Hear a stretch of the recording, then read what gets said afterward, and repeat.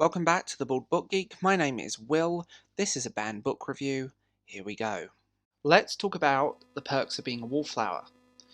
A great teenage book that has not only been controversial, but it's also been celebrated. Why is it controversial?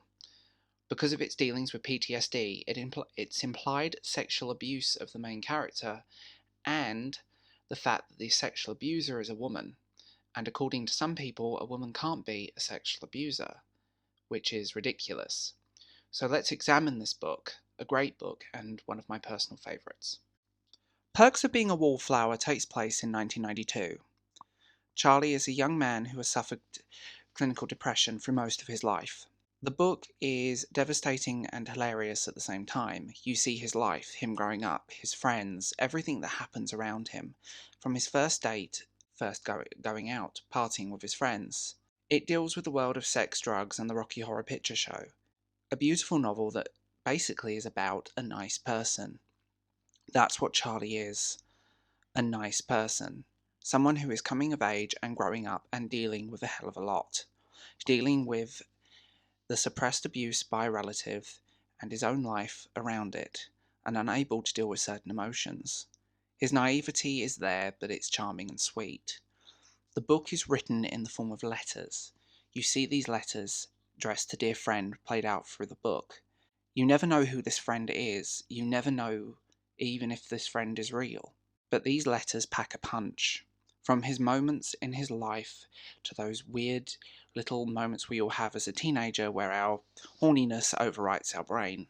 This book takes you on a journey through what he deals with and what he sees. Serious issues like suicide, depression, rape, social exclusion and inclusion, relationship violence, abortion, drugs, homosexuality, and many more other things.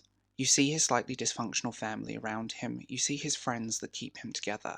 It's a stunning little story that does pack a full punch. You never quite know when to put this down, and it's stunningly beautiful. It's unusual for a book of its type to deal with someone who is just the nice guy, who is seeing life for the first time, a real teenager. He's not some romanticized YA protagonist of some high school novel. He isn't. He's flawed and he's real. The issues that he faces, what he has to deal with and how he deals with him. The fantastic portrayal of PTSD and memory suppression is also interesting throughout this book.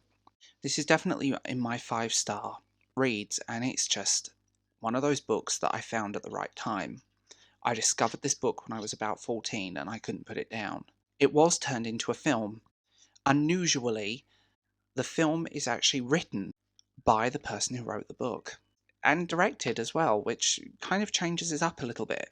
The film does cut a few things out and maybe some of the darker side stories, but the film focuses on Charlie's story more, where in the book you're seeing the story, multiple stories happening at the same time. Perks of Being a Wallflower remains a true classic, and I think it's a must-read. It's not a book for everyone just because of the style of writing.